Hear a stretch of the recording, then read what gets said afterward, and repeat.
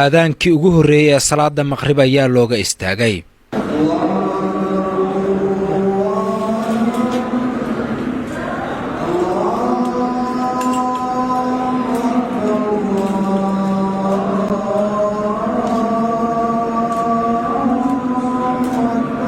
masjidkan waxa uu noqonayaa mid ka mid ah masjidyada ugu waaweyn ee gobolka.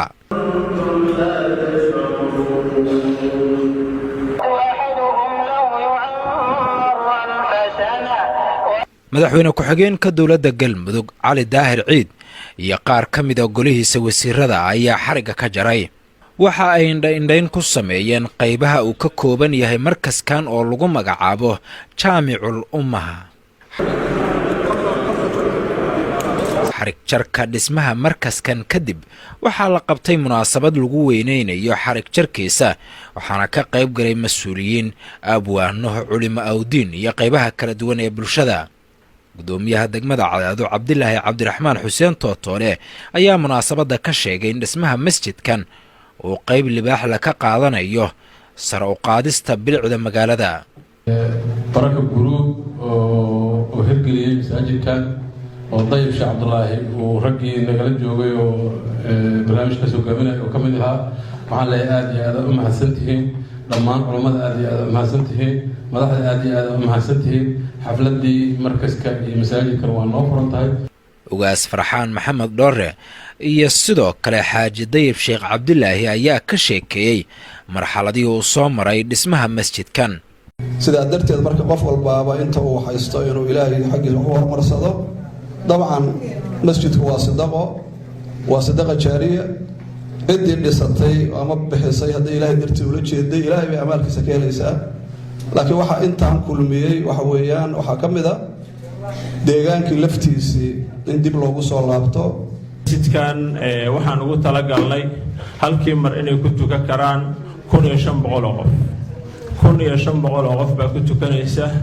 wuxuu leeyahay saddex jida dhinacyada ka marta. dhinaca afraadna annaga u gadno waa boos isagu leeyahay baakinaan ugu talagal. saddexdaas qaybood waa looga tukan karaa. wuxuu kaloo leeyahay laamiga uu saaran yahay ilaa godon laba inta ka dhaxeeda jameecadu waa la xiriiri karaa. marka meelaha ciidaha iyo xafladaha intaasuu leeyahay. wuxuu kaloo masjidku leeyahay qaybta dumarka. waxyaalaha kambanigan markii ugu horreeyay uu soo jeedinayo waxaa ka mid ahayd inaan gabdhuhu meelay ku cibaadaystaan inta badan ay xoogaa ku yar tahay magaalada. markaska marka waxaan ku darnay qayb dumarku ay ku tukan karaan, ku cibaadaysan karaan.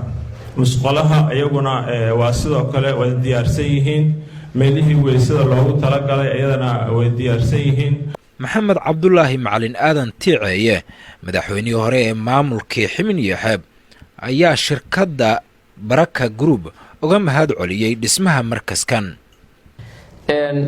anigana runtii mid kale ay sii dheer in deegaankan unuga meeshuu ka yimid oo haddana meeshuu joogo in masaajid intaas leeg oo runtii aad qiyaasi kartid magnitude-ka uu leeyahay. waxaan isleeyahay masaajid la mid ah inuusan degmooyinka Soomaaliya ku oolin, inkastoo degmooyin aan tigin ay jirin, laakiin inta badan aan isleeyahay aan wax reebto.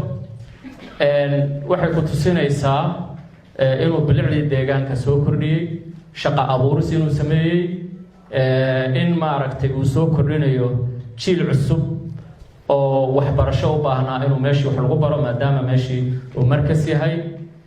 sidaa darteed faa'iido badan ayuu ku soo kordhiyey deegaanka. cali daahir ciid madaxweyne ku-xigeenka dowladda galmudug ayaa sheegay in markaskan uu noqon doono goob lagu faafiyo diinta islaamka. balse halka arrin ayaan rabo inaan halkan ka sheego waxa waa mahad celin iyo dhiirigelin aan u sameynayo baraka group uu hogaaminayo walaalkeen Dayib. runaantii shaqo fiican oo guud ahaan galmudug lagu farxaaday aad qabateen. masaajidkan wuxuu noqonayaa masaajidka ugu weyn galmudug. xaqiiqdii deegaano badan oo galmudug soo maray masaajid aan u dhigo ma lahan hadduusan Soomaaliya gobolladeeda kaalin fiican ka gelin. waxa weeye guri ayaad ka dhisateen jannada. ilaahay dhaqaalaha idinka galayna meel kale ha idinka siiyo. dhismaha masjidkan oo xarga ka jaray madaxweyne ku-xigeenka dowladda galmudug mudane cali daahir ciid waxa uu qaatay muddo 2 sano ah dhismihiisu waxa uu noqonayaa mid ka mid ah masjidada ugu waaweyn magaalada Cadaado. Saadaq Laki, Galmudug TV, magaalada Cadaado.